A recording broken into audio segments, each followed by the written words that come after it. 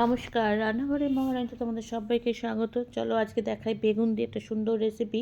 এখন শীতকাল, বেগুন তো ভীষণ স্বাদের বেগুন। চলো, বেশ সুন্দর দেখতে একটা বেগুন নিয়ে নিয়েছি, করব বেগুন সুন্দরী।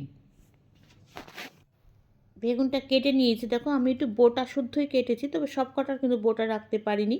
কয়েকটা বোটা ছাড়াই আছে, আবার কয়েকটা কিন্তু একদম বোটা শুদ্ধ কেটে নিয়েছি। বেগুন সুন্দরী রান্না করার জন্য প্রথম যেটা লাগবে সেটা হচ্ছে এখানে কিন্তু সর্ষে আর পোস্ত লাগবে।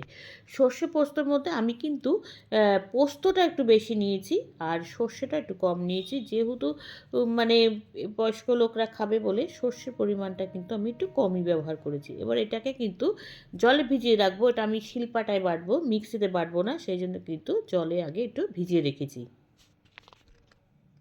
আচ্ছা, বেগুনটা ভাজবো তার আগে কিন্তু বেগুনটা ম্যারিনেট করব। ম্যারিনেট করার জন্য এখানে আমি কী কী নিয়েছি সেটা দেখো। নিয়ে নিয়েছি প্রথমে হলুদ, 2 চামচ নিয়ে নিয়েছি হলুদ। তারপর দেবো এখানে নুন, মানে ম্যারিনেটটা বেগুনটা একটুখানি মেখে রেখে দেবো। নিয়ে নিচ্ছি নুন। আচ্ছা, তারপর দেবো এখানে হলুদ দিয়েছি, নুন দিয়েছি, দিয়ে দিচ্ছি জিরে ধনের গুঁড়ো। এটা যেহেতু একদম নিরামিষ পদ, সেই জন্য কিন্তু এটা নিরামিষভাবেই করতে হবে। দিয়ে দিচ্ছি জিরে ধনের গুঁড়ো, তার সাথে দিয়ে দিচ্ছি 2 চামচ বেসন। আর এটা দিয়ে এরপরে কিন্তু দেবো একটু কাঁচা সর্ষের তেল। এরপর এর মধ্যে দেখো দিয়ে দিয়েছি সর্ষের তেল, একটু অল্প পরিমাণে দিয়ে দিয়েছি সর্ষের তেল।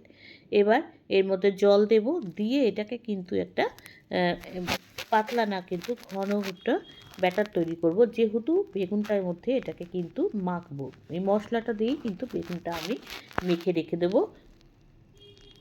আচ্ছা, এবার মশলাটা বেগুনে কিন্তু মশলাটা মাখাবো। চলো, একটা ডিশ নিয়ে নিয়েছি।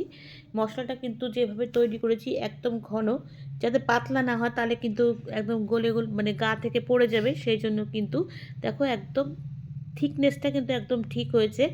এরকম শুকনো শুকনোই কিন্তু মশলাটা তৈরি করতে হবে। এইবার এটাকে কিন্তু খুব সুন্দর করে হাতের সাহায্যে মশলাটা সারা বেগুনে কিন্তু মাখিয়ে দেব। আর এরমভাবেই কিন্তু বেগুন ভাজা খাওয়া যায়। এইরমভাবে বেগুন ভাজলেও কিন্তু বেগুনে ভাজতে গেলে যে তেলটা লাগে না, বেগুন যদি এরকম মশলা দিয়ে ভাজো তাহলে কিন্তু বেগুনের তেলটা খুব কম লাগে ভাজতে। বেগুন যেহেতু তেল ভাজতে গেলে প্রচুর তেল লাগে, সেই জন্য এবারে পরপর সব কটা বেগুনে কিন্তু আমি মশলাগুলো এইভাবে মাখিয়ে নেব। প্রত্যেকটা বেগুনে কিন্তু আমি সুন্দর করে মশলা মাখিয়ে নিয়েছি। এবার এটাকে ঢেকে কিছুক্ষণের জন্য রেস্টে রেখে দেবো।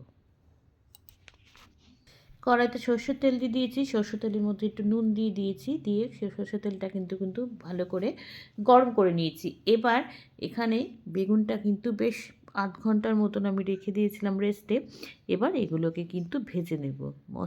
মশলাটা অনেকক্ষণ রেস্টে রেখেছি বলে মশলাটা কিন্তু বেগুনের গা থেকে খুলে যাচ্ছে না। আর এইভাবে বেগুন ভাজলে কিন্তু এখন আমি যেটুকু তেল দিয়েছি তাতে কিন্তু আমার সব কটা বেগুন ভাজা হয়ে গেছিলো।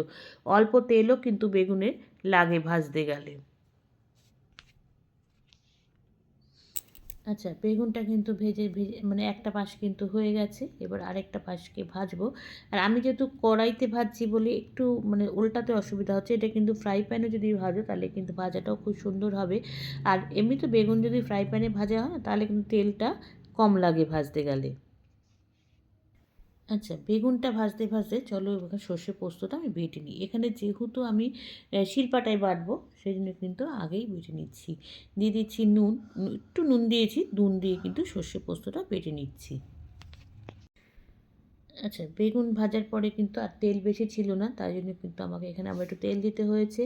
এবার এখানে দিয়ে দিচ্ছি ফোড়ন, ফোড়নে দিয়ে দিয়েছি প্রথমে জিরে, তারপর দিয়ে দিচ্ছি এখানে কাঁচা লঙ্কা। এবার মশলাটা কিন্তু ফোড়নটা কিন্তু আমার হয়ে গেছে। এবার সর্ষে আর পোস্তটা যেটা আমি বেটে রেখেছি সেটা কিন্তু এবার আমি তেলে দিয়ে দিচ্ছি। দিয়ে এবার সর্ষে পোস্তটাকে তেলের সাথে একটু কষিয়ে নেব। এখন জল দেব না, আগে এটাকে একটু কষিয়ে নিই, তারপরে কিন্তু এখানে জল দেব। আর নুন আগে দেবো না, যেহেতু নুন দিয়ে একটু বেটেছি সেই জন্য। আচ্ছা, সর্ষে পোস্তটা কষাতে কষাতে চলো এখানে একটু নুন দিয়ে দিচ্ছি। এবার কিন্তু অনেকটা কষে গেছে। দিয়ে দিয়েছি নুন, তারপর দিয়ে দেবো এখানে হলুদ গুঁড়ো। আচ্ছা, তার দিয়ে দেবো মিষ্টি। যেহেতু রান্নাটা একটুখানি নিরামিষ পদ কিন্তু একটু মিষ্টি মিষ্টি হলে খেতে ভালো লাগে, তাই দিয়ে দিয়েছি একটু চিনি। আর ওপর থেকে একটা দিয়ে দেবো গোটা কাঁচা লঙ্কা। এবার এটাও কিন্তু এই সর্ষে পোস্ত বাটার সঙ্গে খুব ভালো করে মিশিয়ে নেব। এবার মশলাটা কিন্তু কষানো হয়ে গেছে। এবার এর মধ্যে জল দিয়ে দেবো। জলটা কিন্তু মানে যেরকম লাগবে সেরকম দেবে। এবার একটু ফুটবে, সেই জন্য বেগুনের সাথে কিন্তু মশলাটা ভালো করে ফুটবে, সেই হিসাবে জলটা কিন্তু সেই বুঝে এখানে ব্যবহার করতে হবে। ঝোল কিন্তু ফুটে গেছে। এবার আমি এখানে বেগুনগুলোকে দিয়ে দেবো। দেখো বেগুনগুলো এত সুন্দর ভাজা হয়েছে। এরম বেগুন ভাজাই কিন্তু বিয়েবাড়ির অনুষ্ঠান বাড়িতে আগে খুব ব্যবহার হতো, এখন আর এগুলো চলে না। এভাবে কিন্তু ভাজাও খেতে খুব ভালো লাগে। আমি বলছি কেন, আমি কিন্তু বেগুন খেতে ভীষণ ভালোবাসি, সেই জন্যই বলছি। এবার এই বেগুনগুলোকে দিয়ে দিয়েছি। এবার আর নাড়াবো না, বেশি নাড়াবো না, কারণ বেগুন এমনিতে তো নরম। সে আর ভাজাতে কিন্তু সেদ্ধই হয়ে গেছে। কিছুক্ষণ এটাকে ভালো করে ঢেকে রেখে ফোটাবো। দেখো বেগুনটা কিন্তু ঢেকে দিয়েছিলাম একটু, এবার একদম হয়ে গেছে। দেখো ঝোলটাও কিন্তু অনেকটা টেনে গেছে, রান্নাটা কিন্তু আমার হয়ে গেছে। এবার ওপর থেকে ধনেপাতা অবশ্যই দিতে হবে, এই না হলে কিন্তু মানে ধনেপাতার গন্ধটা না বেরোলে খেতে ভালো লাগে না। যেহেতু নিরামিষ পদ, সেই জন্য ওপর থেকে একটু ধনেপাতা ছড়িয়ে আবার এটাকে কিছুক্ষণের জন্য ঢেকে রেখে দেবো। দেখো হয়ে গেছে আমার একদম বেগুন সুন্দরী। এটা কিন্তু যেহেতু শীতকাল, শীতকাল চলে যেতে বসেছে, এখনও বেগুন ভালো পাওয়া যায়, তাই তোমাদের সাথে রান্নাটার রেসিপিটা শেয়ার করলাম। তোমরা কিন্তু বাড়িতে করে খেয়ে জানিও আমাকে লাইক, কমেন্টস আর শেয়ারের মাধ্যমে। তোমরা যারা আমার চ্যানেলটাকে সাবস্ক্রাইব করে আমার সঙ্গে রয়েছো, তাদের জন্য রয়েছে অসংখ্য অসংখ্য ধন্যবাদ। আর যারা করোনি তারা প্লিজ চ্যানেলটাকে সাবস্ক্রাইব করে আমার সঙ্গে থেকো। তোমরা সবাই সুস্থ থেকো, সাবধানে থেকো, ভালো থেকো। চলি, টাটা। দেখা হচ্ছে পরবর্তী নতুন কোনো রেসিপিতে তোমাদের সঙ্গে।